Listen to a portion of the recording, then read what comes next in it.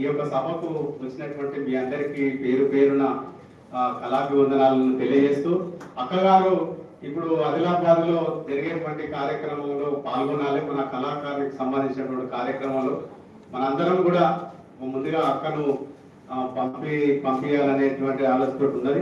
మా సమస్యలు కూడా రెండు ఇది మీరు కూడా మాకు సహకారం అందించాలని కోరుతూ ఈ యొక్క సభ ముఖ్య ఉద్దేశం ఈ రౌండ్ టేబుల్ సంబంధించి ఒక 3 అంశాల మీద ఈ రౌండ్ టేబుల్ సమావేశం ఏర్పాటు చేస్తున్నాం.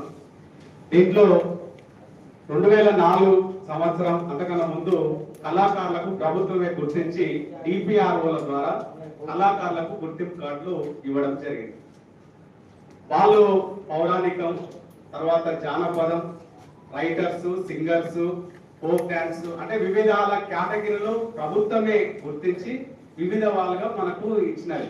ఆ ఇచ్చినటువంటి కార్డు మన వృద్ధ కళాకారుల పెన్షన్ అప్లై చేసుకోనికి అవకాశం ఉన్నది. ఆ ప్రాసెస్ మీద జరిగినది. అప్పటి నుంచి ఇప్పటిదాకా అంటే 2004 నుంచి మళ్ళీ కొత్త కార్డు అప్లై చేసుకోవడమే తప్ప మా కళాకారులకు కార్డ్స్ రాలేదు. అయితే ఇక్కడ ఓన్లీ కార్డే అనేటువంటిది ఎందుకు తీసుకున్నామంటే కళాకారులుగా మీపై పరిచయం కావాల్సి వస్తుంది. మీరు ఎవరు ఎన్ని రోజులు చేసినారని. అదే ఏ పరిచయం లేకున్నా కానీ తెలంగాణ ఉద్యమంలో ప్రతి కళాకారుడు మాకు తెలంగాణ మాకు కావాలని పనిచేసినటువంటి కళాకారులు ఉన్నారు. ఏ కార్డు లేకున్నా కానీ అవచ్చేక కళాకారులు అంటే మనం పొట్టకుడి కోసం వారు షాప్ తిరిగి కానీ గ్రామాలలో పక్కీరులు కానీ కుడుముంగలు కానీ గంగిరెద్దులు కానీ అంటే వృత్తి కళాకారులు వాళ్ళ జీవనం వాళ్ళు గడుపుతున్నారు. కానీ ప్రభుత్వం నుంచి ఏం సాయం అందలేదు. మీకు చేయాలంటే మీకు ఏమైనా గుర్తింపు కార్డు ఉందా, మీకు చేస్తే వాళ్ళు ఒప్పుకుంటలేరు అనేటువంటి సమస్యలు రాష్ట్ర వ్యాప్తంగా ఉన్నాయి. కాబట్టి మమ్మల్ని కళాకారులుగా గుర్తించాలి ప్రభుత్వం ఏ విధంగానైనా సరేటువంటి ఇదే ఆలోచనతోటి పెద్దలు సాంబశివరావు గారు ఈ మధ్యన జరిగినటువంటి అసెంబ్లీలో ఈ 2 సంవత్సరాలలో మా తరఫున కళాకారులకు గుర్తింపు కార్డులు కావాలని గలమెత్తినటువంటి మొట్టమొదటి వ్యక్తి మా సాంబశివరావు గారు.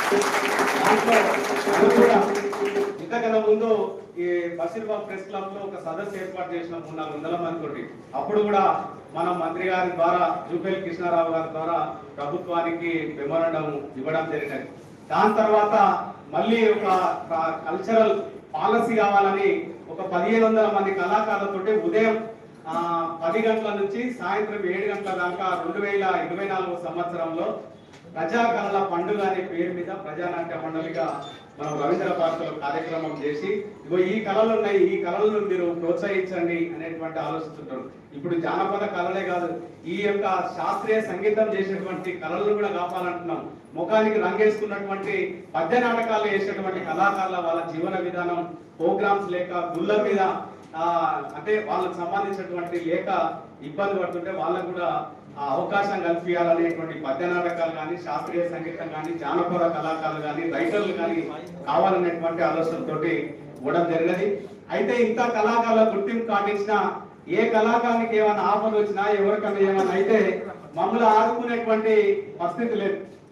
ఈ యొక్క విషయాన్ని కూడా పెద్దలు సాంబశివరావు గారు రేపు జరిగేటువంటి అసెంబ్లీ సమావేశంలో మాకు ఇన్సూరెన్స్ కావాలని చెప్తే ఆ ఇన్సూరెన్స్ కార్డు కావాలనేటువంటి ఆలోచనతో కూడా సార్ అన్నాడు. అది ఖచ్చితంగా కావాలి సార్. ఎవరో దయాదాక్షలతో ఉన్నాం. ఇప్పుడు స్పోర్ట్స్ కు అంటే క్రీడా రంగానికి ఏ విధంగా అయితే ప్రభుత్వం ప్రాధాన్యత ఇస్తున్నారో మనకు కూడా మన కోట 1%, 2%, 3% మనకు కూడా ఒక పర్సెంటేజ్ ఇస్తే ఒక కళాకారుని పిల్లలు చదువుకునేటప్పుడు మనకు కూడా ఎన్నికలు పోయినా కానీ మన పర్సెంటేజ్ మనం అర్థం. ఊళ్ళో 100 ఇల్లు ఇందిరా ఇల్లు వస్తే కళాకారుల కోటల కింద 1-2 మాకు వస్తుంది. ఆ కోటల మేము ఏమైనా అడగాలి తెలంగాణ ఉద్యమంలో పనిచేసిన అనే ఆలోచనతోటి మాకు ఒక కోట అంటే మాకు సంబంధించినటువంటి మా కళాకారుల సమస్యల మీద మా పర్సెంటేజ్గా కళాకారులకు ఇది కావాలని కోరుతున్నాం. అదే విధంగా ఈ యొక్క పాఠశాల స్థాయి నుంచే సాంస్కృతిక రంగంలో ఉన్నటువంటి కళల మీద, సాహిత్యం మీద, రచనల మీద, విభిన్న రకాల మీద ఒక ఉపాధ్యాయుని నియమించాలి. ఆటలాడేటువంటి మాస్టర్ ఉన్నాడు పీట్ సార్, కానీ పద్యాలు చెప్పేటువంటి సార్ తెలుగు పాట ఉంటాడు. ఆ పంతుకు సంబంధించినటువంటి ఆ పద్యాలు మాత్రమే చెప్తారు. కానీ బయటకు వస్తే రకరకాల పాటలు పాడతాం. మనం పాటలు పాడినటువంటి వాళ్ళ భవిష్యత్తు లేదని అంటున్నాం. కాబట్టి ఆ యొక్క టీచర్ను ఏర్పాటు చేయాలి. అయితే పెద్దలు వైస్ ఛాన్సలర్ గారు ఎస్వి సత్యనారాయణ గారు పొట్టి శ్రీరాములు యూనివర్సిటీ ఉన్న కాలంలో నేను సార్ తోటి అడిగితే మ్యూజిక్ టీచరు ఏర్పాటు చేస్తామని అన్నారు. అది ఇప్పుడు గురుకుల పాఠశాలలో కూడా ఒక మ్యూజిక్ టీచర్ ఉంటున్నది, కానీ హై స్కూల్ లెవెల్ లేదు సార్, అది కూడా కావాలనేటువంటి ఆలోచనతోటి ఈ యొక్క సభలో కూడా ఆ యొక్క డిమాండ్ కూడా పెడుతున్నాం. అయితే నియోజకవర్గ కేంద్రాలలో, జిల్లా కేంద్రాలలో, ఇప్పుడు ఉదాహరణకు నల్గొండ జిల్లాలో ఓపెన్ ఆడిటోరియం కావాలనేటువంటి కొట్లాడుతుంటున్నాం, ప్రోగ్రామ్స్ చేయాలని.